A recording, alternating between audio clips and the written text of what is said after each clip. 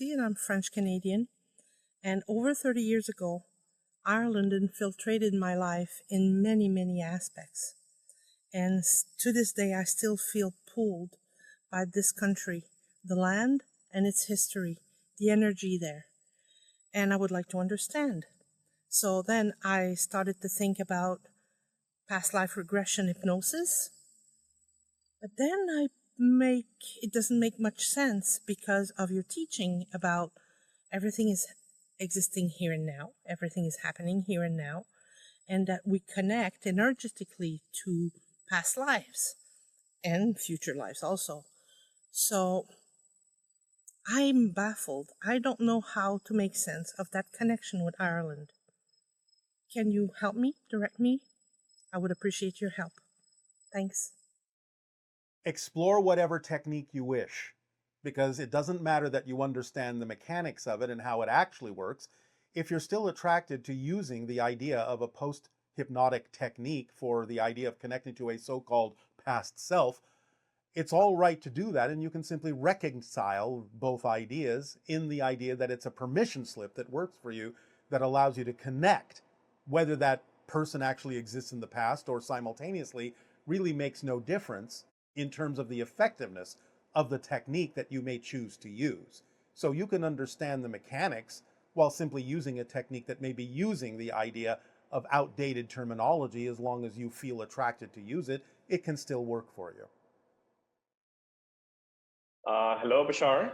Good day, good day. How are you? Perfect, and you? I'm very good, thank you. Happy to talk to you.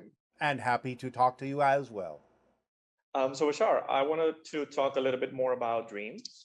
Yes. I have a few questions. Let's say in the morning, I wake up and I remember that I traveled to Esasani and that I met you and talked to you. Yes. So my spirit can be doing that right now that I'm awake. I just realize Yes. when I'm sleeping that I am doing it. Yes. Okay, so the part of us that dreams, if I ask who is the dreamer, is the complete part of my being, the higher mind, my spirit, the part that is on physical reality? It depends on the reason you're doing what you're doing. It can involve different levels. It can involve all of them. It just depends on what you need to access in order to do whatever it is you're doing. Okay, so a lucid dream, when I wake up in the dream, it just means a realization that I am both a physical and a non-physical being. And you're coming more from the idea of the higher mind. Okay. And I was thinking about the different stages during the dream night. If a person sleeps maybe 8 hours, and usually the first hours for me are like, I don't really remember anything, and maybe the second to fourth hour dreams are a little spooky, a bit weird, intense. All right. And then in the morning, they just seem to be more clear, more soft, more lucid. Yes, well, you do go through cycles, as your scientists already know, when you do dream. And the cycles can be representative of different aspects of your personality, different things being done, different things being looked at and considered, different things being processed in different ways, depending upon the belief systems that the personality is holding on to. So yes, of course, you'll go through cycles and have different ways of experiencing the consciousness that you are relative to the things you need to understand about yourself as an earth personality. So that's not unusual. Okay. And when you talk about going to the temperate level reality, we could sort of go there during the night at any point, every night? Well, at points that are relevant for you, yes. Okay. But we do go every night? No. Oh. No, again, all these things may be going on because everything exists at once, but you, from a linear perspective, will not necessarily experience doing the same thing every single night. Again, it depends on what it is you need to do that night. You may spend the entire night in a class. Oh, okay. That just depends. Now, when I say the entire night, I mean relatively speaking, because time on the spirit level is not what it is in physical reality. So it may seem like a blip relative to your physical sense of time, but it will unspool in your memory when you wake up as the dream that seems to take all night. So remember that when you wake up and you remember a dream, what you are doing is allowing your physical mind to construct its interpretation of the experience that you had using the props and symbols that it is familiar with, at least to the best that it can. So the idea is that what may seem to be a dream that lasted all night may actually only have been constructed in the last few seconds before you woke up. But it will seem to represent something that seemed to happen relative to physical time and spirit time to have happened or taken all night, because you're used to classes taking a long time in your reality, even though it may not have taken that much time in terms of spirit time. Okay. Is this making sense to you? Do you understand what we're saying? Yes, it does. All right. And so can we be intentional in terms of before going to sleep, I could somehow direct myself, or that I'll just leave to my spirit side? You can do either, and yes, you can become more intentional about it, and there are a number of different permission slips that can perhaps allow you to do so.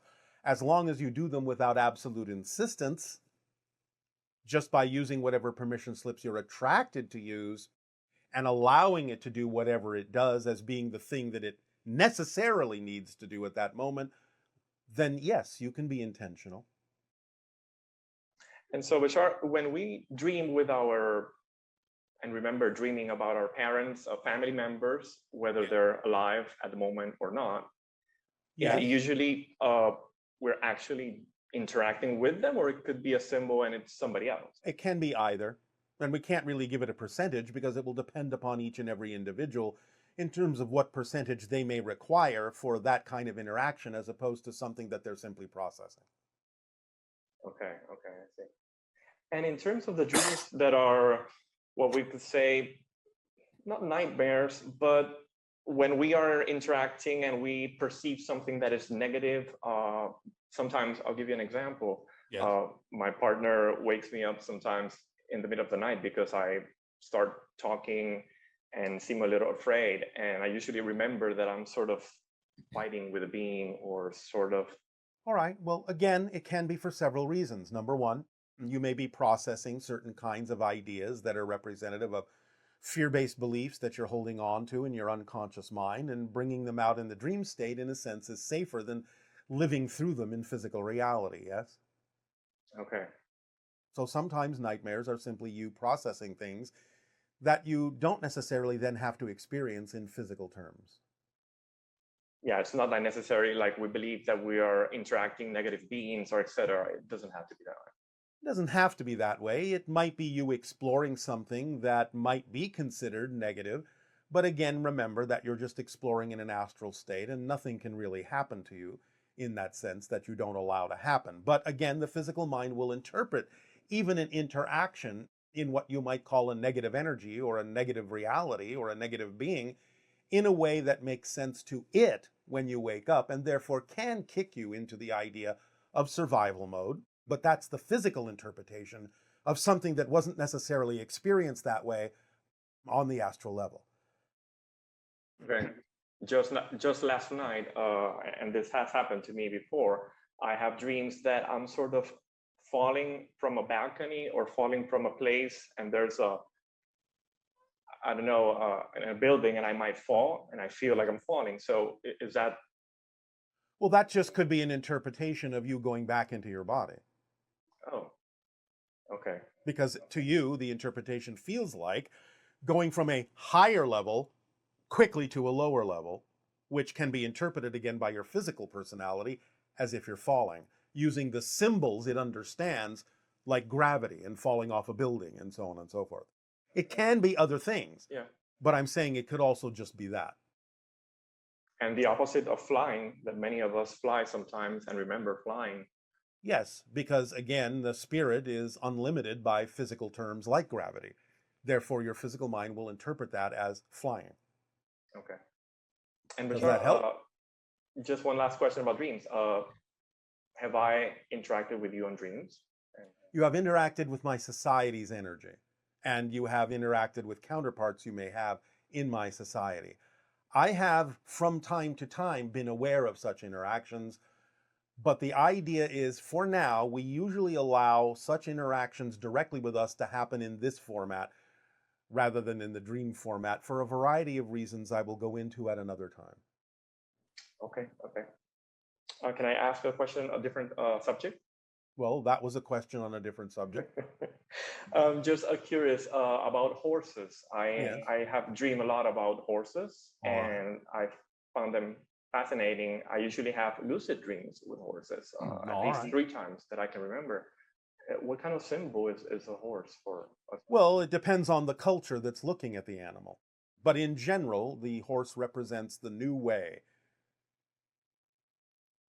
Look at it this way. Indigenous Americans knew of the dog, but they didn't, up to a certain point, know about the horse. When they were introduced to the horse, they called it the greater dog. The dog is representative of service, the horse representative of service in a new way to carry you farther, carry you faster toward yourself, toward your truth. So we'll just leave you with that particular interpretation for now. Okay, okay. Thank you. Thank you very much, Bashar. Good day. Good day. Bye. Hey Bashar, it's your boy Rohan, aka RX Mundi from Bucks County, PA. And my question today has to do with law of attraction and manifestation in general. I know there's a really powerful technique where you can embody the energy of your future self now, or to live in the wish fulfilled, as it's often called. But lately I've been having a real challenge with this. I'm just wondering if you could help me out with what are some limiting beliefs that might prevent me from doing this. And yeah, that's about it. And thank you so much, Bashar. Shavai. Again, it's all back to the formula, because again, it contains all the tools that will allow you to investigate yourself, to discover limiting beliefs that don't serve you and let them go. Again, you must have honest self-examination while you're acting on your passion to the best you can. Don't assume, don't insist, stay in a positive state no matter what manifests, because it needs to be there for some reason that could serve you. If you stay in a positive state, you will get the benefit from it. Constantly examine your belief systems, letting go of the ones that are fear-based or negative that don't serve you. Negative beliefs can be of service depending on how you use them in positive ways. For example, you are obviously using a negative mechanism to limit your consciousness to be able to have a physical reality experience, because you are naturally much bigger than the idea of your physical reality personality. But the idea is that it comes with all the tools necessary to allow you to continue not only to act on your passion, but to continue to examine yourself, to explore yourself, and to hone your skills at having better discernment about what is and isn't relevant for the themes that you chose to explore. Let synchronicity guide you. Remember, there is the synchronicity we call the green light synchronicity that will say, here's an opportunity you are able to act on that will manifest what you need. And here's the synchronicity that says, stop, no, don't go down that path. Don't beat your head against the wall. This is not your path right now. It may become your path later. It may not. But synchronicity using the go and the stop red light mechanism will create a corridor for you to travel down that is representative of the path you chose to be in this life. So rely on the efficacy of the automatic things built into the formula to guide you by simply continuing to act on the formula to the best you can. Good day. Hello, Bashar. Good day. Good day. It's good to meet you. I hold deep appreciation for you and for your channel, Darryl. All right, thank you. We deeply appreciate all of you as well, and it is our passion and our pleasure to interact with you this day. What would you like to discuss? I would like to discuss one topic. I have this feeling of constant nostalgia, and let me explain. Yes. When I get into relationships, for me, relationships are forever. For that reason, I relate very much to what you say about your civilization, that you're all married to one another in a way. And I see that humans, they move on from relationships, or at least I perceive it to be that way. Whereas I remain constantly and always forever, they always remain in my heart.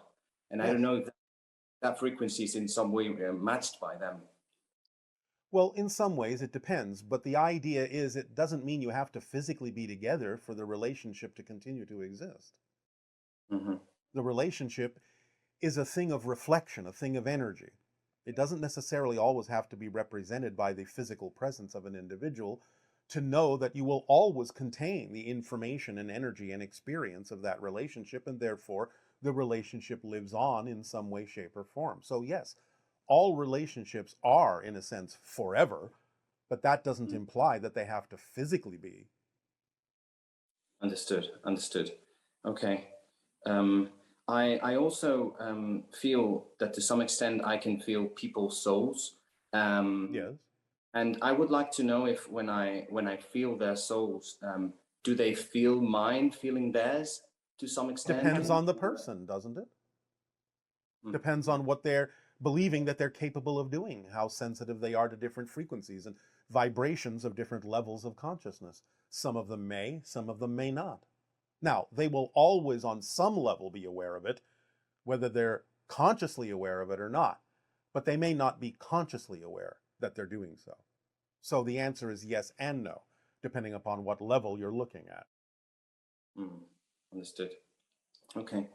On another topic, I'm starting to believe that I create my own reality, and that I really have power to become anything I want, anything I wish for, and anything that is relevant for your theme. Not anything, because things are not necessarily all relevant for this life you're experiencing. Exactly. Okay. Yeah. However, the people around me growing up, they have told me that that I shouldn't believe in these fairy tales, that I shouldn't trust myself. So I struggle with self trust, I believe, or more like confident. Right. Well, it may be simply a version of a reflection of what I just said to you. You may be making too general of a statement, and they may be simply reflecting back to you in their own way that what you actually mean to say is, yes, you can achieve what's relevant for you, but not necessarily anything beyond that. And therefore, that just simply may be your way of getting a reflection to focus on the idea of making sure that you're not just wishing yourself beyond the relevance of this particular physical experience, because that would make no sense. So you can look at it that way, as a reflection to remind you it's about what's relevant, not just anything you wish for. Because you could wish for things that have nothing at all to do with the theme that you're exploring of this life. Yeah.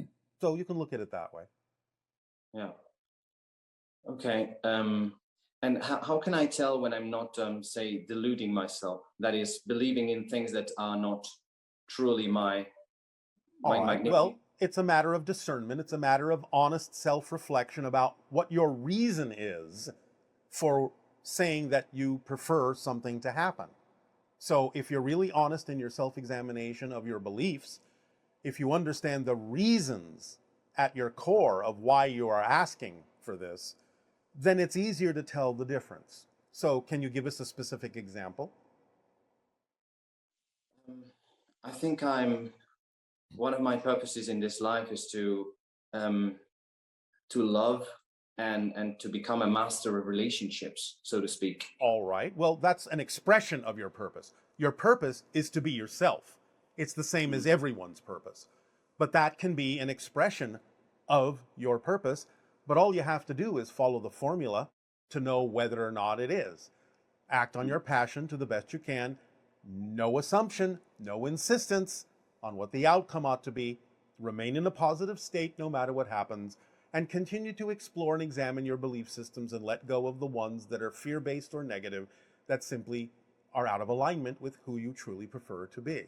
So if it is true that you need to become a master of relationships, that will automatically happen through the synchronicity that's built into the idea of following the formula, because it will bring you the opportunities to act on that will get you there. If it doesn't bring you those opportunities, that's your first clue that it's either not your expression of purpose right now, or it's not your expression of purpose.